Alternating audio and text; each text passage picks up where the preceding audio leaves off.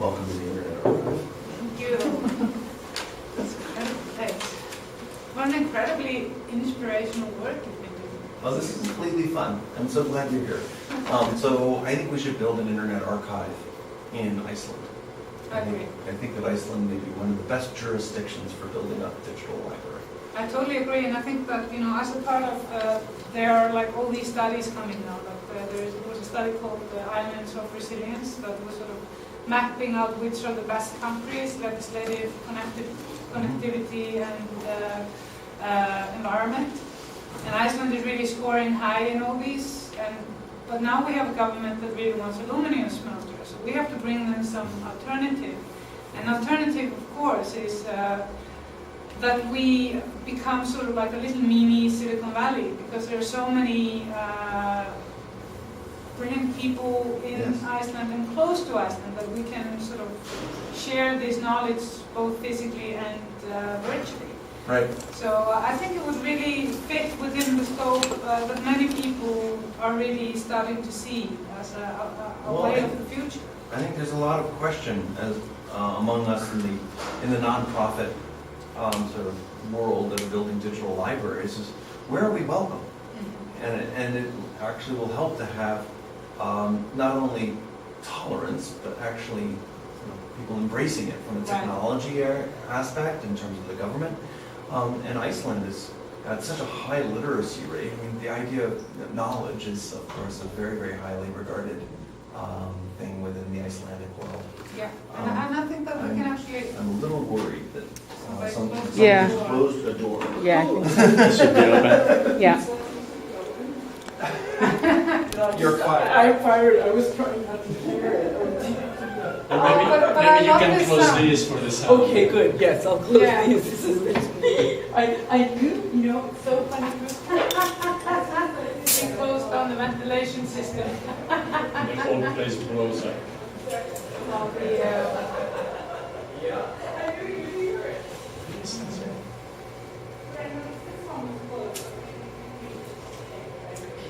Can you see which of when this Economist piece was published? And we can close this one. We're going to unhitch that. Yes. Something you have to be very careful Ears about. you have. I'm impressed. I'm impressed. And not only did I have good ears, I knew exactly who did it. That was really impressive. You always impress me, but I'm impressed more. Well, This is like, putting your bees into like water or something that they get muffled.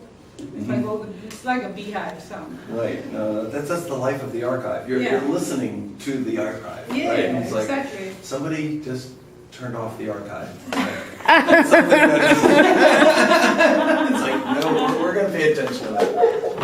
So I think Iceland would be a great place. Yeah, me too. And I really want to, if we can sort of map out what is exactly needed, in order for it to happen.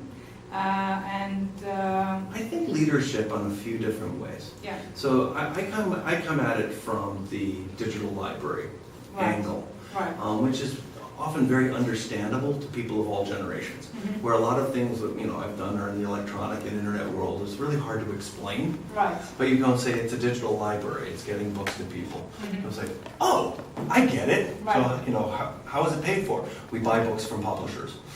It's like, ta-da! It doesn't, the conversation isn't any longer than that. And I mean, that is, I think that, the most important thing, that people like you and I have been learning gradually is to try to explain things, that are happening in the digital format, so that you can sort of transfer it into the offline dialogue or experience. Because, in general, this is like that. But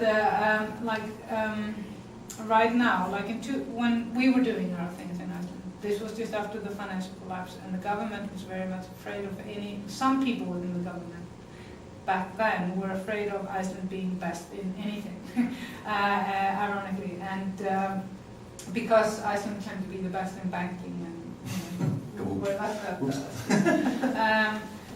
Now we have exactly the same government that led us into the financial collapse, and I don't know how long they will last, but they will certainly not be afraid of anything like Iceland best or first.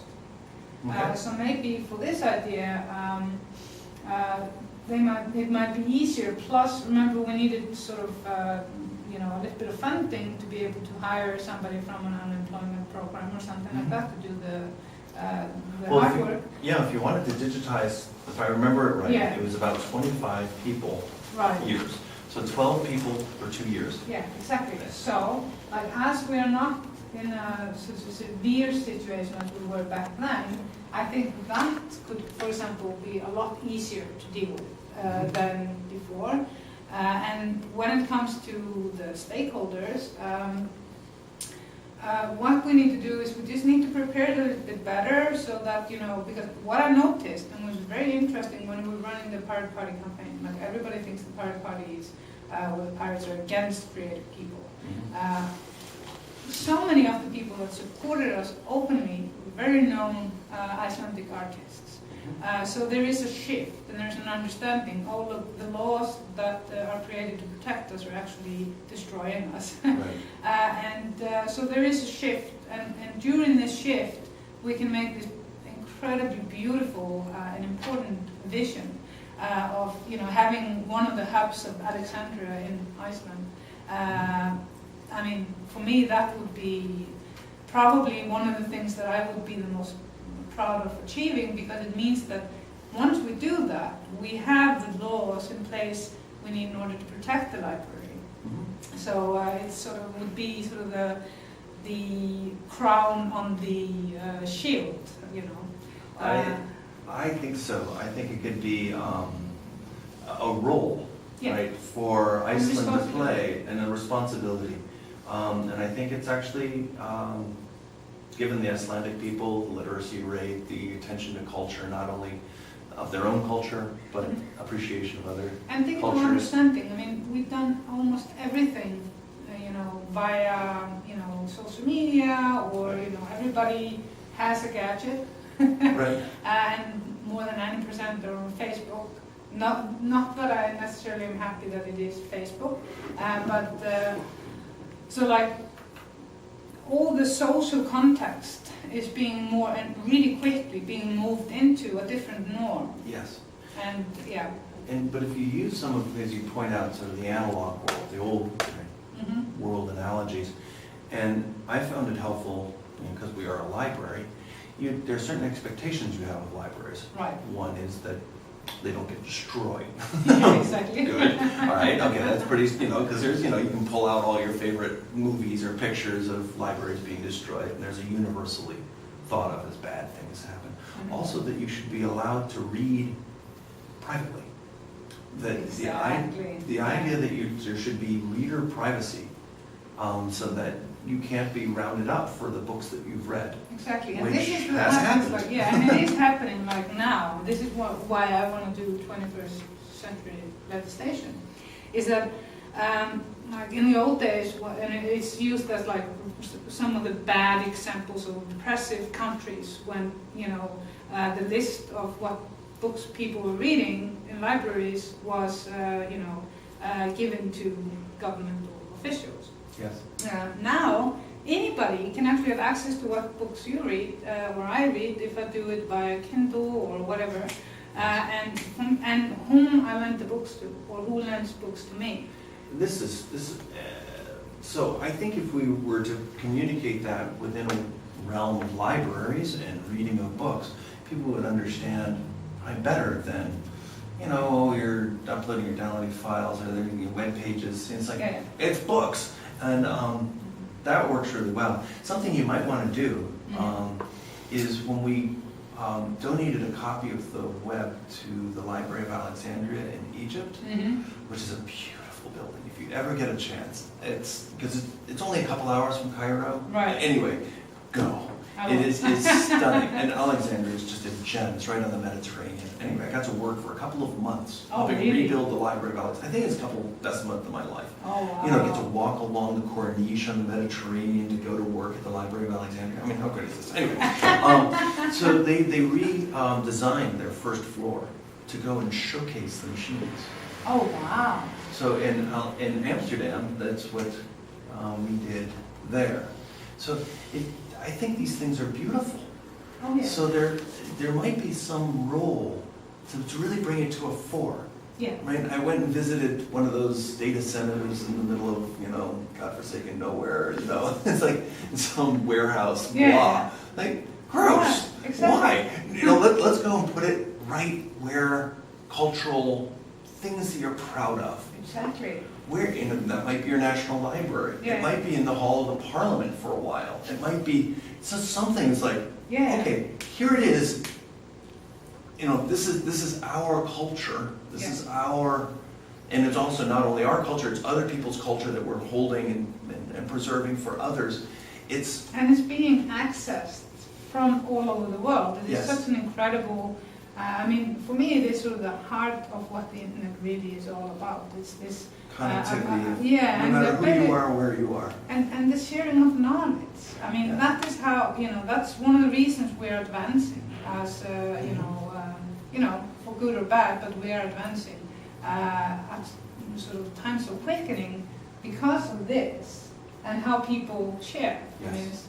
And then if you keep going down the books front, you have preservation, you have reader privacy. Also you get, in this country, there's a very important document, it's Common Sense, by a guy we now know as Thomas Paine. At the time, he was anonymous. It was one of the major documents that caused the revolution in the United States, was an anonymous document. Right. So there is a long tradition in the United States of thinking as publishing anonymously as an important part of freedom of speech. Exactly.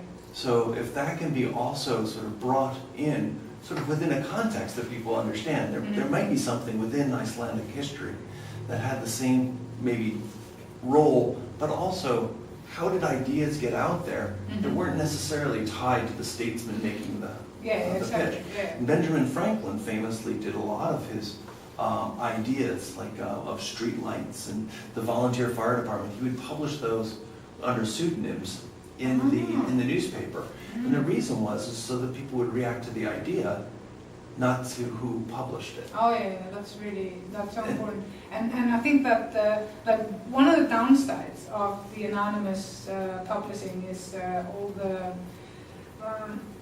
the people are commenting in a way that sort of like was maybe acceptable in the IRC culture, like when you were. But people are saying stuff they would never say face to face to each other, and they want to do it anonymously to attack people. Right. So, and I think that has done a lot of damage to exactly this. But you should be able to where do you draw the line, and how can it be useful? Because I don't want to censor people, and I want people to be able to, say whatever they feel is needed to say. But it does feel like a war zone of words, in a really sort of with. Chemical weapons of mass destruction of certain people, which I think is very disturbing. It is, and it's not good. Again, I guess in the domain of how we run, right, is if people are kind of going off the rails or they're selling commercial products, we'll take these things off, right, and basically explain. It's a library. You don't go and foul the library. right, There are things you can imagine. We're pretty broad about what it is that's acceptable to be supported within a nonprofit structure. right. Maybe commercial enterprise would go and find it perfectly fine to do whatever. But if we're really trying to build a corpus of knowledge, it puts it within a context that even young people kind of understand. Yeah. No, I find that the people that have the foulest conversations or attacks on others, that's not the young people. It's actually people that have gotten onto Facebook after they were like 45 or 50, and they all of a sudden have a platform of just pouring out all their frustrations for the last 50 years onto other people. It's like, it's incredible. Those are the worst. I feel, there's another thing that is very interesting to me as a social development, and that is this, and we have had, like the Pirate Party in Iceland, we really got to feel it when our opponents started to dig into our internet history of what people had written and so forth. And when it's taken out of context, you can't make a perfectly nice person look like a complete male chauvinist who expects his wife to stand in front of the, and do dishes all her life. So we decided, instead of becoming defensive, just to remind that there are now whole generations where their entire, everything they do is recorded.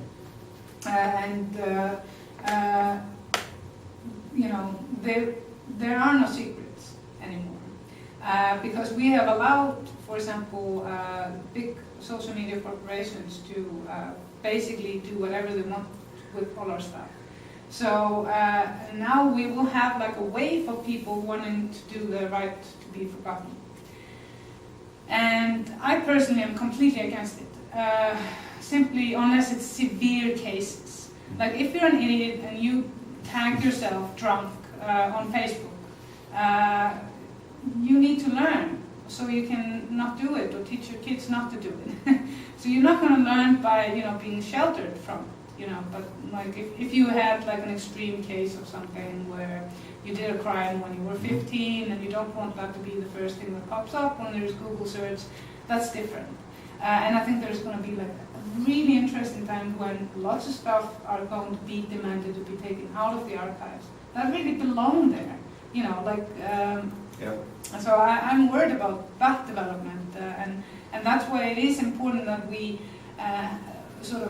share knowledge about how we need to be ahead of these curves, because people like the people here in the archives and some of my people understand it ahead of others, so you can actually have the laws you could actually policies written before instead of reaction. One of the problems with